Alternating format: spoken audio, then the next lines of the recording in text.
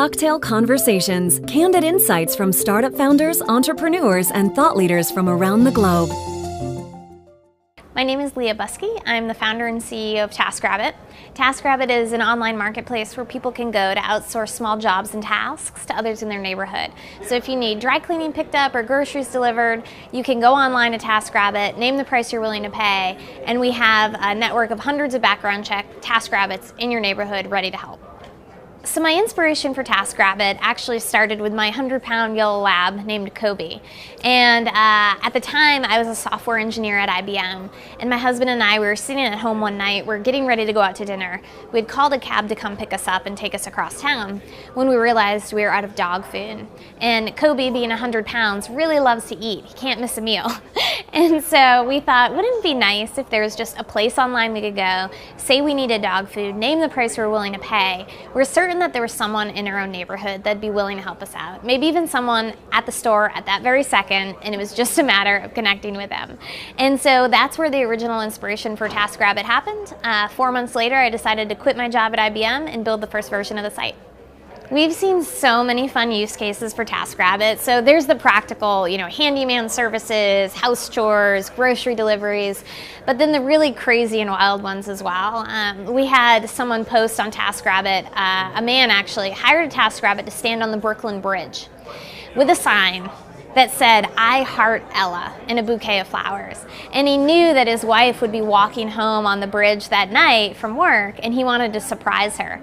And so that was just a really cute use case, creative use of TaskRabbit, and the TaskRabbits love getting really fun tasks like that.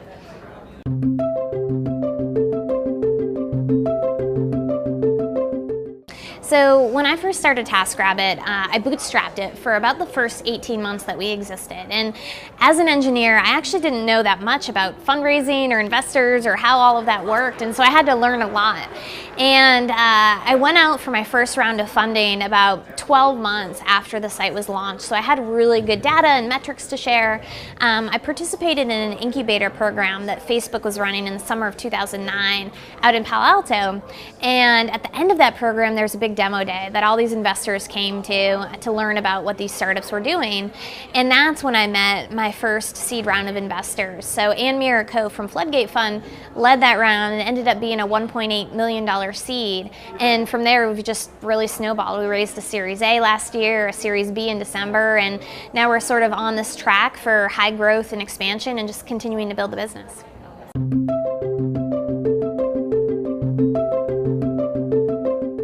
I very much went from being an engineer into becoming an entrepreneur, and that was a long road, and there was a lot of things that I needed to learn.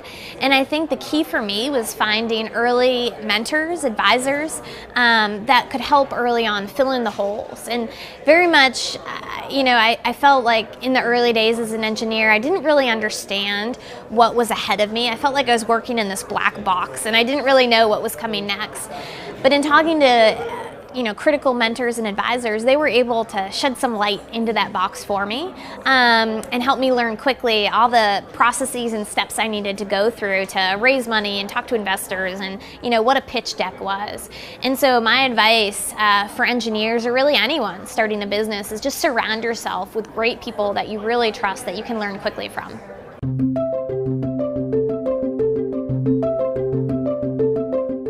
So the biggest lesson I've learned is to always trust your instincts and trust your gut on things. And so as an engineer, I had to learn a lot about fundraising and business planning and forecasting and all those things. But you also have to give yourself enough credit to trust your own instincts, and your gut calls that you're going to make are going to be what makes or breaks your business. So you have to be able to trust yourself and have enough confidence in your own decisions to move the business forward.